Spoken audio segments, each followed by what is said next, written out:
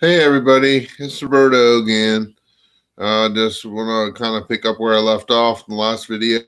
I just watched it, so it give me kind of an idea what I was talking about. I still am reading that book, but I also am reading another book. It's called Breathing Underwater: Spirituality and the 12 Steps. And somebody gave me this book. Counselor that I was seeing at my outpatient rehab, because she knew that I was a Christian and she knew that I was in recovery. And excuse me, this book kind of compares the 12 steps to Christianity, which I'm sure some people probably don't really want to hear about that. But it's called Spirituality in the 12 Steps. But I actually liked what this guy had to say, where he is comparing it. But I'm just going to go to powerlessness. Well, actually, no, that's step two. So, well, no, it is. Step one.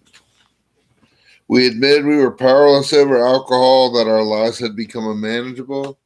As we discussed in the last video, it doesn't merely have to be alcohol. I'm powerless over alcohol, drugs, other people, pretty much everything. The only thing I really have control of has to do with myself. And I'm learning that. And I think that is been a major step for me to learn that. And then he's got a quote in here from the Bible, the New Testament, Romans 7:15 through 18, where the writer of Romans, who's Paul, says, I cannot understand my own behavior. I fail to carry out the very things I want to do and find myself doing the very things I hate. For although the will to do what is good is in me, the performance is not. And so that goes back to my powerlessness over alcohol and drugs. I've been going in and out of the rooms of AA and other 12-step groups for 30 years because I saw the freight train coming down the track, but I was unable to stop the behavior. I was fairly good at moderating it, which just kind of made it be a slow, continuous, tragic event after another. Um, it, it may or may not have kept me alive, but I still, after 30 years of active addiction, finally need to stop doing the craziness and get my act together, because it almost killed me. If you watched any of my other videos, you know the situation with that. So I just wanted to highlight a few of the things that this guy has to say. This is considered a book study. His name is Richard Rohr, Rohr. And my sponsor told me, coincidentally, which something you learn is there's really no coincidences, but I was given this book by somebody that was not in the program who thought I would like it. And then it turned out my sponsor was doing a book study with some other guys and his sponsor, and with this book. And it also, you can order a companion journal that goes with it that really gets down to brass tacks and the nuts and bolts of what makes us tick. And I don't know exactly what I was wanting to say that was in here, but the biggest thing that I have noted from here is that one of the things that I personally experienced that this guy talks about, and I think he's a priest, but he's apparently got some experience with alcoholism, but and I'm guilty of this, but he said that a lot of Christians, from what he's seen, is they narrow down Christianity to this list of spiritual principles that they feel like they've mastered, as long as they aren't required to actually change anything about themselves. What we end up doing with it is using them to take the moral high ground, kind of saying, oh, I've mastered these principles, and so I'm better than other people. And now I'm going to heaven, but I don't really have to change anything about myself. Whereas, the 12-step program forces us to look at what has brought us to the point of utilizing substances or other people or food or sex or whatever it is, gambling, that we're addicted to deal with our reality that we're so miserable in. So what's wrong? What's making us miserable? And that's what the 12-step program helps us focus on. I was watching a show on Netflix the other day, and it's not really a recovery show, but the main character is in recovery, and she ends up falling off the wagon and doing her drug of choice, and she goes to a Narcotics Anonymous meeting, and she's talking to the guy that's facilitating the meeting, and he said, we all know why we use. That's no mystery. We use to cover up the pain. But the question is, where's the pain coming from? And I've never heard it actually stated that way, but that is really what it is when I look down at the base of what drives my using. And I'm not happy. There's things that have happened in my life that have made me unhappy. Then there's a lot of choices that I have made based on those events that have made me more unhappy. And I've just believed that if I could just control events and different aspects of my life over which I actually have no control over, then I would be happy. Unfortunately, since I do not have control over those things, the frustration of that and the person that I became as a result of that was a very unhappy and angry person. And I didn't like the way that I was. And so I seeked, a way of not feeling those negative feelings through substances. And of course, that's a temporary thing. I mean, unless you're going to be put into a coma for a long period of time, you're going to come out of that euphoria that you get from the substance eventually. Your problems are still going to be there. Oftentimes, they're going to be a lot worse. And, for me, I started having health consequences as a result. And the thing is, I drank too often. I got into a habit where I was drinking almost every day. I was doing other substances, but not to the extent of many people. I have heard people sharing the program of drinking to the point of having to drink in the morning and having cravings all day long. I personally did not experience that. There was a time in my life when I was smoking a lot of marijuana where I was waking and baking, and it's just part of my routine. I'd get up in the morning, I'd smoke weed, feel good for a little while, and then, start to come down and get a headache, be tired, get grouchy, and I'd have to smoke more to feel better. So I ended up smoking weed all day long. It's expensive, and that was before weed was as expensive as it is now. I was spending money on drugs, and then I had to come up with creative ways to fund that habit, which is typical of many addicts. Depending on how expensive their drug of choice is, they have to get more and more creative. And this can lead to some pretty bad, catastrophic situations, as I'm sure you can imagine and you may have experienced. But I know that now that I've been in this program, it's teaching me to look at what is it that's causing me to want to run to that escape. Something's going on in my life that's got me stressing out, upset, mad, whatever, scared usually, because, anger, what I've learned in recovery is that anger is a secondary emotion. So I'm never really angry. I'm something else, and it's manifesting itself in anger. So normally it boils down to, for me, is it's fear. And I'm trying to control the situation because I'm afraid of what's going to happen. So it's teaching me that, I don't have control over it. Whether I try to have control over it or not, I still don't. my higher power for me is God, and I believe he's all powerful and he has control of every situation. So I just give it up to him, and that's easier said than done because, I'll give it up to him, but I have a lot of stipulations for him and very detailed information on how I expect him to handle it. And that is not real. I cannot tell my higher power, okay, this is the problem and this is what I need you to do to fix it. I am certainly welcome to go to him, and he invites that. He talks about it in the Bible. He's like, come to me, tell me what's going on. Tell me what you need help with, and I'll take care of it.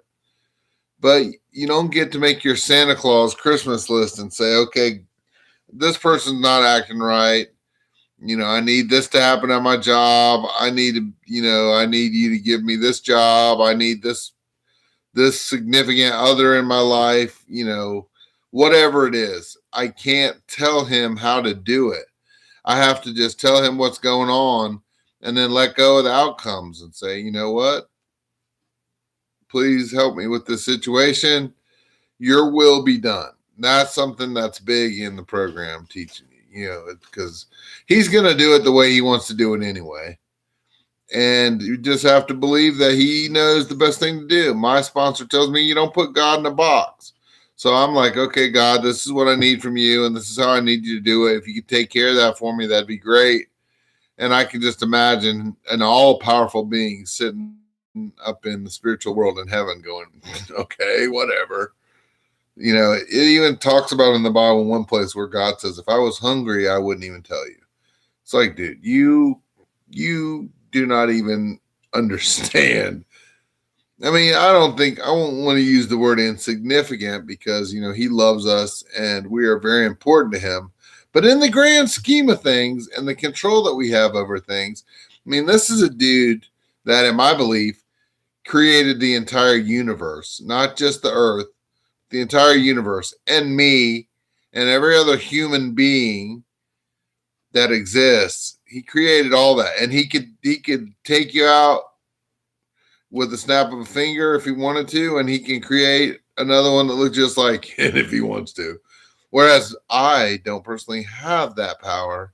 So for me to expect him to do exactly what I tell him to do to the letter would have to be humorous to such a being, in my opinion. But it hasn't stopped me from being that way. And then getting upset when he doesn't do it my way or on my timeline is a big thing. Yeah, I know you got this under control. I wish you'd do it faster. Okay, well, I am, putting all the puzzle pieces together of everything in creation that's going on to work out this outcome for you. And you might have to give me a little bit of time. So, just chill out. And it might not turn out exactly the way you want it. But here's what I tell you I'll do. It's going to be in your best interest, and it's going to be way better than you could ever imagine. And you just need to chill out. And my sponsor tells me, you worry about your recovery, and you let your higher power worry about everything else. Oh my gosh, this stuff is so much easier said than done. You can reduce it to a bumper sticker or a t-shirt if you want, but it's much more complicated than that. So what I've done is, I find myself, still struggling with recovery, dropping the ball every now and again. But the thing that, then my sponsor tells me I got to go back to step one. So I was talking to another guy in the program and telling him, and he's like, step one's the only one that's not really spiritual. You just have to make up your mind that you're not going to do whatever it is that you've been doing anymore. And then you have to be willing to not do it no matter what.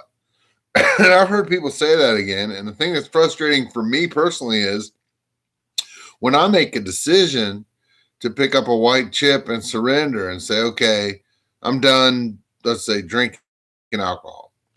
It's a crap show every time I do it, and nothing good comes from it, and it's going to kill me eventually, so I'm done. Well, I'm done until I'm not done anymore. And I don't know that is going to happen. It has been the pattern that I've seen throughout my many years of trying to recover, but I never think that it's going to happen again.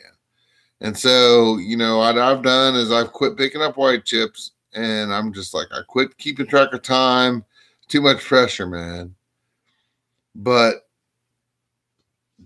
then, it's like I'm giving myself permission to just do it as long as I can. And what I'm learning now is that, for example, I have diabetes and high blood pressure, and I can't really exercise because physically I'm not doing well from my stroke. So I'm not making enough money to go to the gym. It's not like I used to walk a mile several times a week. I can't do that anymore. So exercise is not the answer. So what I've been doing is intermittent fasting, and I have worked my way up to 20-hour fasts, sometimes 2-3 day fasts at a time. And then on the days I do eat, not eating for 20 hours and then having a 4-hour window of eating. I eat no carbs, consume no sugar. One day a week, I have a cheat day when I might go out to breakfast and have a breakfast biscuit or something. But typically I am following this very strict diet. So clearly I can do that. I have proven that I have the ability to do that. It's a pain in the butt. Most people think I'm crazy. They're like, that's not discipline. That's not fasting. That's starvation, whatever. I've done research on it. It's safe if you do it properly. I'm not trying to give you medical advice, but it's worked for me. It's reversed my diabetes. My blood sugar's down to almost normal levels. The next thing that happens, according to the doctors, is that my blood pressure will start to normalize, because these issues are all connected with too much sugar in your diet, too much carbs. So the only way to counteract that is to not have those things in your diet. And the more you can fast and things like that, the faster you'll get results. You have to do it under a doctor's care, and you have to do it wisely. You have to make sure you get plenty of nutrition when you do eat. But the fact is that I've seen a lot of progress in that area. I've lost weight. I'm healthier. My blood sugar is almost normal. I mean, it's dropped from close to 200 when I wake up in the morning to it's actually been below 100 a few times. It was 102 this morning. I mean, that's phenomenal. So clearly it can be done. But, when it comes to, hey, every 30 days, which has been about standard for me, I'm going to break down and I'm going to have some alcohol and perhaps, something else after I drink a few alcoholic beverages. I no longer really care about the program at that point, and I'm going to do what I want to do. While we're at it, let's just, throw down, have a good old time.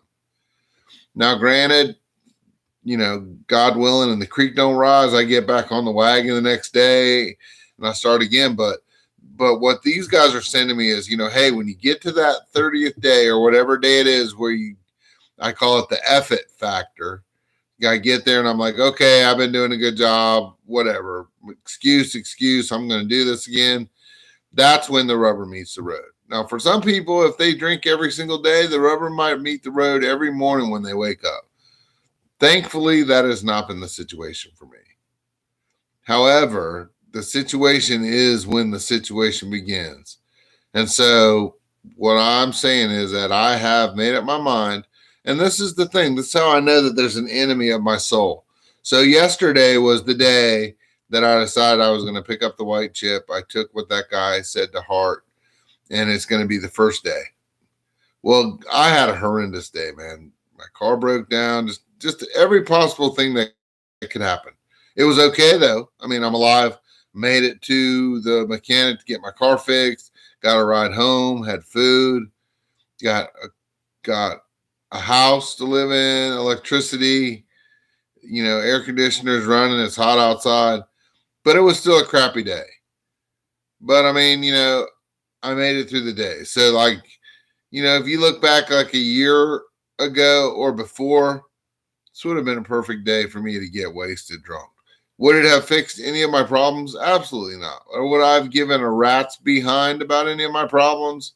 from the time I started drinking until the next morning when I woke up feeling like ass in a bowl? No, but I mean, that was my go-to coping mechanism. So I have decided that that is not a long-term plan.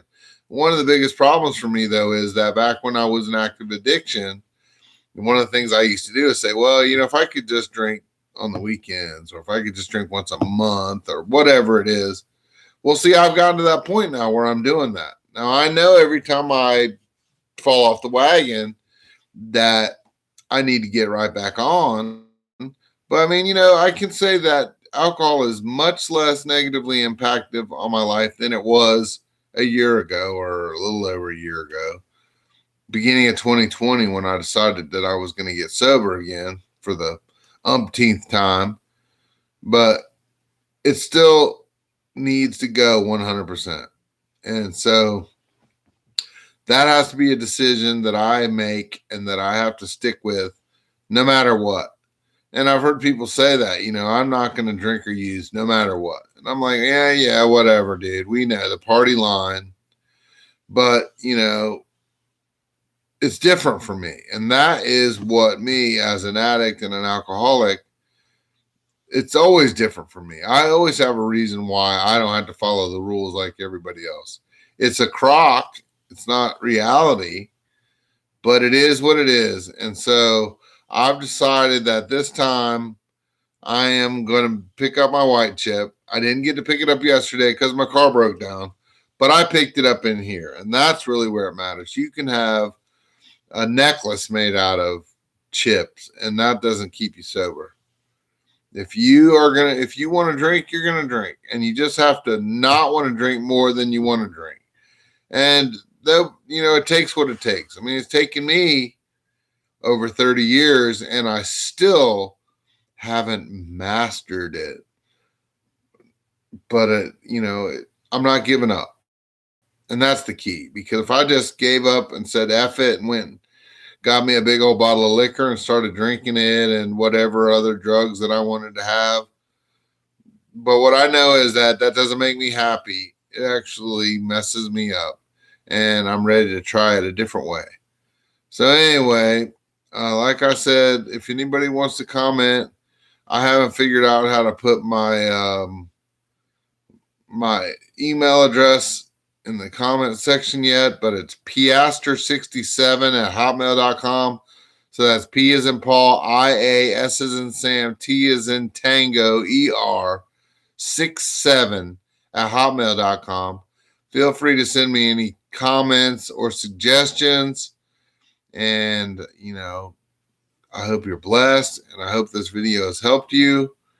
And I hope that this encourages you to keep on keeping on. This is Roberto signing off.